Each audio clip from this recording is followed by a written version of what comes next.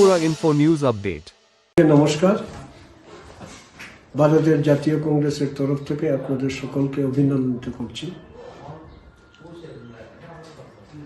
আপনারা ইতিমধ্যে অবহিত হয়েছেন যে গোটা ভারতবর্ষের মধ্যে যে অস্থির রাজনৈতিক পরিবেশ এবং যে পরিমণ্ডল, তার থেকে আমাদের রাজ্য ব্যতিক্রম নয়। এই রাজ্যে এবং দেশে একটা বিভাজনের রাজনীতি চলছে। সাধারণ মানুষের রুজি রুটির প্রশ্নে কোনো ইতিবাচক ভূমিকা কেন্দ্রীয় বা রাজ্য সরকার গ্রহণ করছে না। এইরকম যখন একটা অস্থির পরিবেশ, এই অস্থির পরিবেশ থেকে ভারতবর্ষের মানুষকে মুক্তি দেওয়ার জন্য আমাদের প্রিয় নেতা রাহুল গান্ধীজি, খার্গেজি বুক চিতিয়ে সাধারণ মানুষকে নিয়ে লড়াই করছে।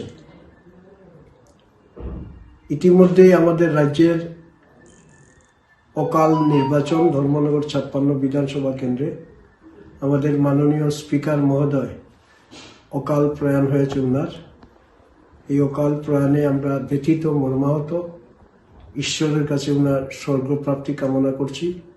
তার পরিবার পরিজনদের প্রতি সমবেদনা জ্ঞাপন করছি। এই উপনির্বাচনে আমাদের জাতীয় কংগ্রেসের প্রদেশ নেতৃত্ব শ্রদ্ধেয় আশিস কুমার সাহা, মাননীয় সুদীপ রায়বর্মন আমার উপর ভরসা রেখে ধর্মনগর মানুষকে সেবা করার যে সুযোগ করে দিয়েছেন, তার জন্য প্রদেশ নেতৃত্বের কাছে আমি কৃতজ্ঞতা প্রকাশ করছি। এবং আমি ধর্মনগরের যে অস্থির রাজনৈতিক পরিবেশ,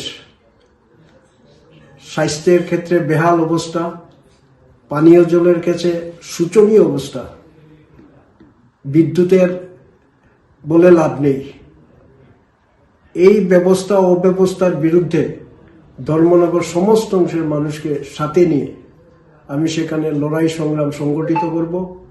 এবং ধর্মনগরের এই বিষয়গুলো যুব সমাজ আজকে দিশাহারা, যুব সমাজের সামনে ভবিষ্যৎ অন্ধকার। এবং ইতিমধ্যেই আপনারা শুনেছেন যে টিসিএস এবং টিপিএস যুবকদের ট্রেনিংয়ের জন্য আমাদের রাজ্যে 3টা সরকারি খরচে সেখানে ট্রেনিং সেন্টার করা হয়েছে। আমাদের ধর্মনগরে এটা করা হয়নি। অথচ ত্রিপুরা রাজ্যের মুখে বলা হয় দ্বিতীয় বৃহত্তম শহর হচ্ছে আমাদের ধর্মনগর। এই ধর্মনগর বঞ্চিত। আমাদের ধর্মনগরের রেল ডিভিশন, বিজেপির শুরু থেকেই ধর্মনগরের রেল ডিভিশনের দাবি করেছিল, কিন্তু বিধানসভা এরা দেশে এবং রাজ্যে ডাবল ইঞ্জিনের সরকার, এই ধর্মনগরের রেল ডিভিশনের ব্যাপারে একটু শব্দও করছে না। ধর্মনগরের মানুষের প্রতি আমার বিশ্বাস আছে। ধর্মনগর মানুষ আমাকে বারবার আশীর্বাদ করেছেন। ধর্মনগরের মানুষের এই আশীর্বাদে আমি ঋণী। আমি ধর্মনগরের মানুষের ঋণ পরিশোধ করতে চাই। এই ঋণ পরিশোধ করার জন্য ধর্মনগরের মানুষ, আমার বিশ্বাস, দুহাত ভরে জাতীয় কংগ্রেসকে আমাকে আশীর্বাদ করবেন। ধর্মনগরের মানুষকে সেবা করার সুযোগ করে দেবেন। এই বিশ্বাস নিয়ে আমরা উপনির্বাচনে আমরা লড়াই করব।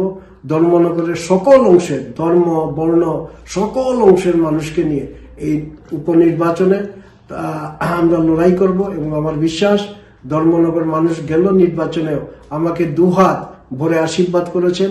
এই নির্বাচনেও তারা আশীর্বাদ করবেন। Subscribe to Tripura Info and press the bell icon so that you never miss any latest updates and news on Tripura.